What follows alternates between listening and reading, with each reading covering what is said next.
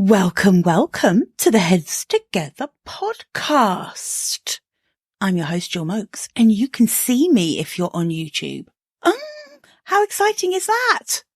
Normally you can just hear me in your ear holes, and now you can see me with your eyes. What kind of witchcraft is this? Anyway, it's good to be back. It's good to be in 2024.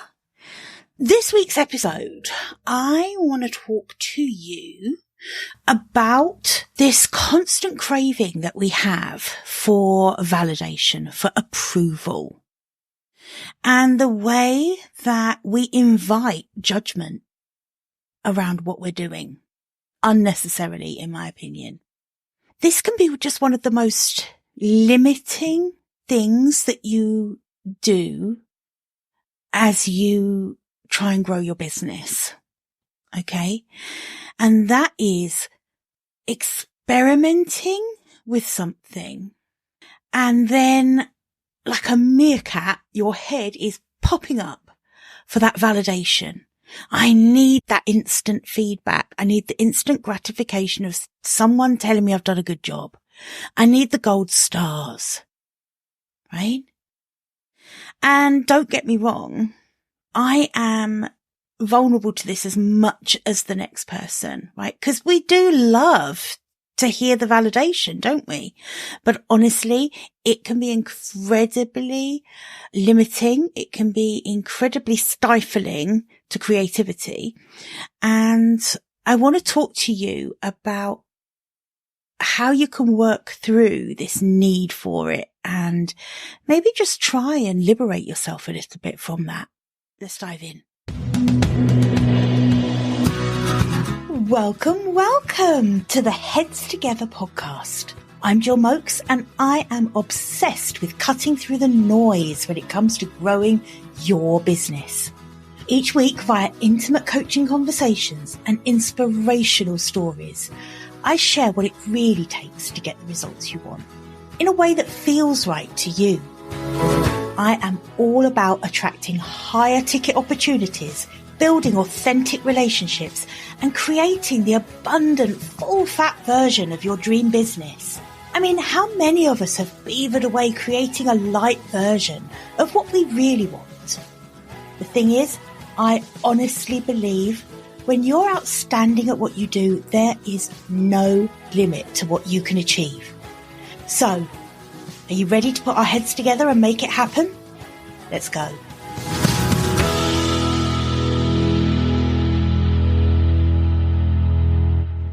Okay, so here's how I think this works.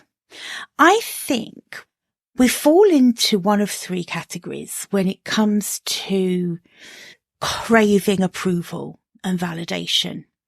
I think you're either a person for whom approval is everything. It's actually completely and utterly crippling to you to think about moving ahead with something unless you have some kind of external validation or approval, right? And I know people like that, and I've been that person. I've definitely been that person in the past. And I know something for sure. If I hadn't overcome that constant need for validation from my parents or from my siblings, because that was normally where I would go to really need that validation. If I was still operating like that now, there is no way I could have built the business that I have today. Absolutely no way, because there have been times in my business where I've made decisions that other people have been very open in telling me they thought were crazy. And I've made decisions to do things that people around me, people who love me, worried were too risky or, not going to be good for me, right? But the thing is, I'm just not that person anymore that has to have the validation and the approval to move forward. So I'm definitely not in that camp anymore, the life or death, approval is everything camp. But I'm also not in the validation and approval is utterly irrelevant for me. Because I do think this other camp where it's so irrelevant as to become almost blinkered to external opinion. And I think that's dangerous too. So I think that the middle ground, the camp in the middle where validation and approval and the gold stars are really nice to have. They're great. We enjoy them. It's wonderful when people agree with us. We love it. But if they don't, it doesn't mean it's irrelevant, but it does mean that we have the confidence to believe in ourselves, to choose to follow our own instincts, to choose a different path to the one that perhaps most people would take. And I think that's the really important distinction, that approval and validation aren't irrelevant. It's okay to enjoy that when it comes. But it's even better to put it in its rightful place as something that's a nice to have and not a necessity. I think that's really the point that I'm trying to make. I think something that we all need to get more aware of is that approval and validation and other people's opinions in general have limited usefulness when it comes to building our businesses. And there's a really good reason for that.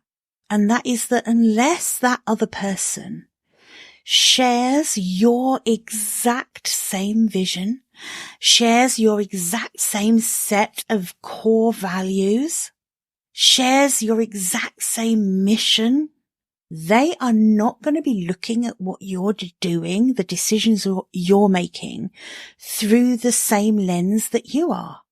So in other words, someone else's opinion on a venture that you want to pursue, if their values differ greatly to yours, they are judging that situation. They're judging your choice. They're judging your ideas through a completely different paradigm. Because if it's not ticking the boxes that are meaningful and of value to them, they're just not going to have the same level of excitement. They're not going to have the same level of optimism, of confidence that you're going to have, looking at it through the paradigm of your own core values, of what matters to you, of what's important about it to you.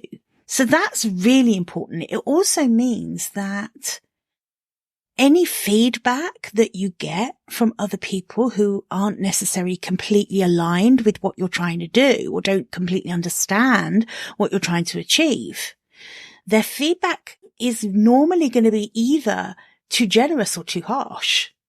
Because again, they're judging from a different set of values.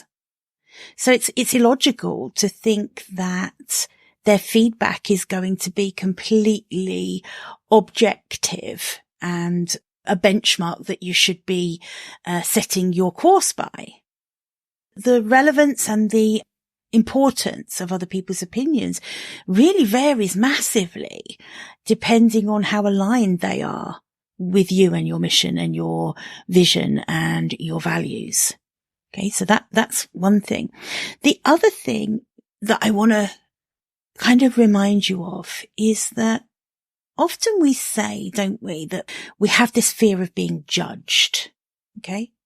No one likes to feel judged. But I would say this: judgment is either invited or irrelevant. I'm talking here about judgment. When someone passes a judgment on you. So I'm not talking about constructive criticism and brainstorming and two-way conversations and seeking someone's opinion and then taking it through the paradigm with which it was given and kind of evaluating it against your own opinion.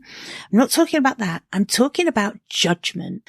That habit that some people have of giving you this kind of, this opinion presented as a fact about whatever it is you're working on or whatever it is you're trying to do. My judgment on this is that this will not work. My judgment on this is that you're an idiot for trying to do this. Right? That's feeling judged. That's like, that's a horrible feeling. Why? Number one, don't do that to other people. Number two, don't invite other people to do that to you. Okay. So be really mindful about whose opinion, whose feedback, whose validation, whose approval you're seeking. Because if you invite judgment into your life, if you're asking anyone and everyone for feedback on what you're doing, it's a recipe for disaster. This is something I see so much, not so much now because I'm not often on Facebook, but in Facebook groups, they'll put their idea out there, or they'll put a landing page. This is a really common one. So I'm in the Kajabi Facebook group, which is a really useful group. If you use Kajabi for your website or courses or anything like I do, then the Kajabi Facebook group is a really good one. It's got some really helpful people in there, particularly if, you've got a technical problem that you're wrestling with. It's got some really good folk in there that are eager to jump in and help. So it's first of all, I'm not saying it's a bad group. It's a great group.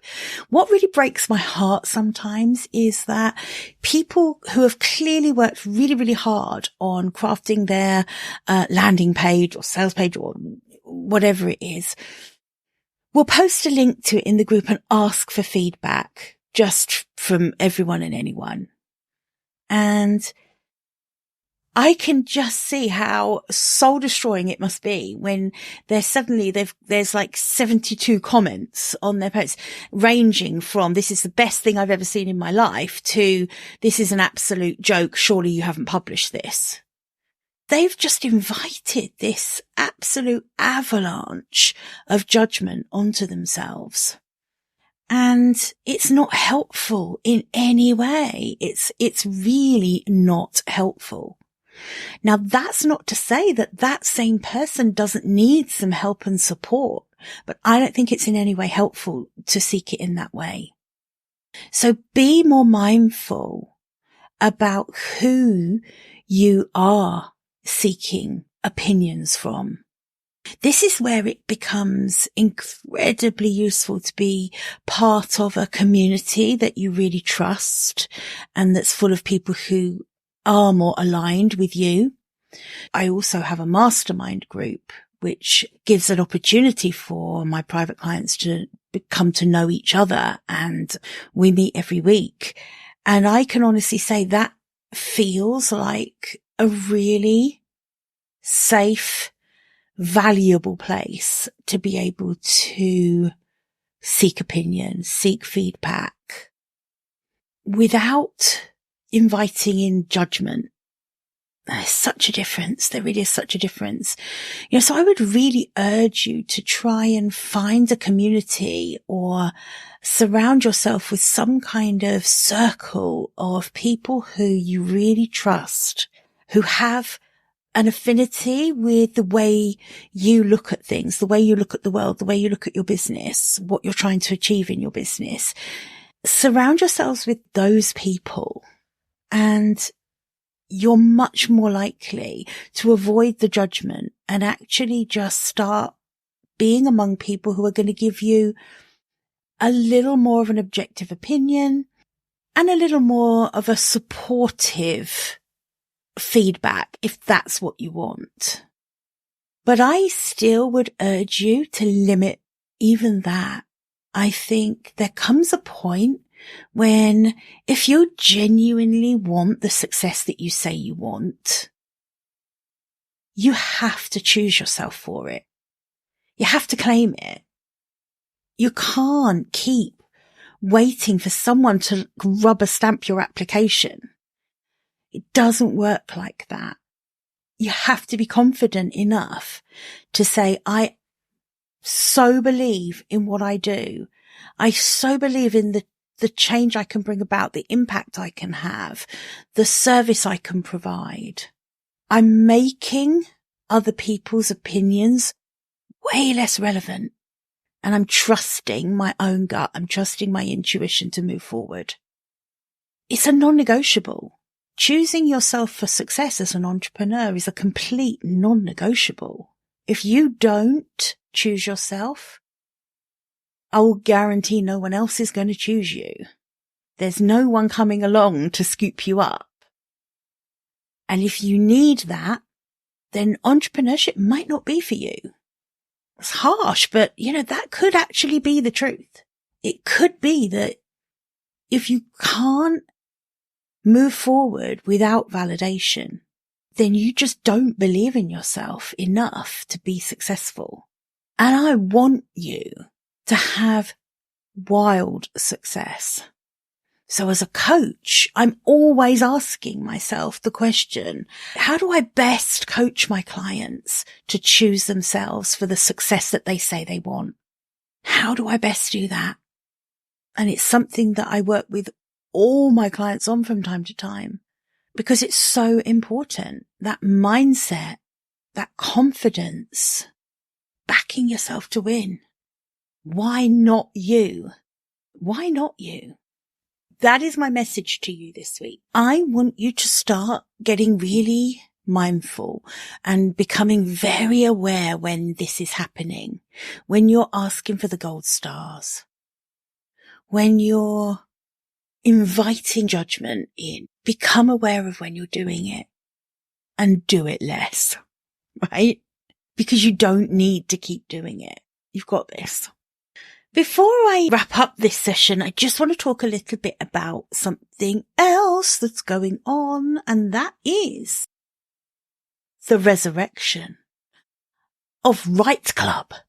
Yes, Write Club is back. You can go to jillmokes.com/Write Club. I will put the link in the show notes where you can sign up. It is the internet's least complicated free writing accountability group. At the moment, we are going to be meeting at 1 p.m. UK time, which is 8 a.m. Eastern time in the US on a Tuesday. But I am going to kind of experiment with some dates and times because I know not everyone can make that date and time. So I'm going to try and put in a couple of extra sessions, and then we can get a feel for who can do, which session is the most popular, and see where we go from there. It's a very simple format. So at Write Together, we literally just jump on Zoom. We set an intention, just drop into the chat, what our intention is for that writing session. And then we hit mute and we just write together in very companionable silence for about 50 minutes. Come back. If you want to, drop in how you got on. And then we go about our day. Like I say, it's so uncomplicated. It is just accountability to come together and write together in silence. There's no commitment. It's free. You show up. I want the commitment to be that you're making it to yourself, right? It's a resource. It's free. It's available to you.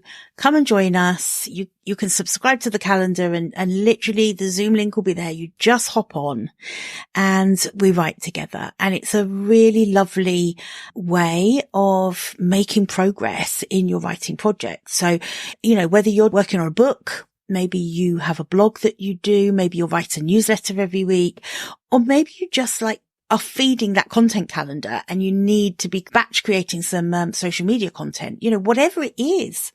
There's no snobbery around here. You don't have to be writing the next not Pulitzer. What's it called? Oh God. What's the book awards called? Meh, I don't care. Don't worry, Lena. Don't bother looking it up. They know what I mean. Don't you? You know what I mean. You don't have to be the next prize-winning writer to join us in Write Club, okay? You just need to desire some accountability and a space to put a container around a good block of time for writing, okay? So like I say, I'll drop the link in the show notes, but I would love it if you join us. I think it's going to be quite a fun space and hopefully we'll kind of get to know each other and see lots of familiar faces each week, and we can support each other around what we're writing, of course, and support each other and just really get that feeling of community around our writing practice. Okay. Well, that is it for this week. Have a fantastic week and I will see you back here, same time, same place next week. Bye for now. I hope you enjoyed this episode and that getting our heads together this week has filled your mind with what's possible. If you love the show, would you do me a massive favour, please? Would you leave a 5-star rating on Apple Podcasts? It would really help me put more heads together, reach more ears and expand more minds. Until next week, bye for now.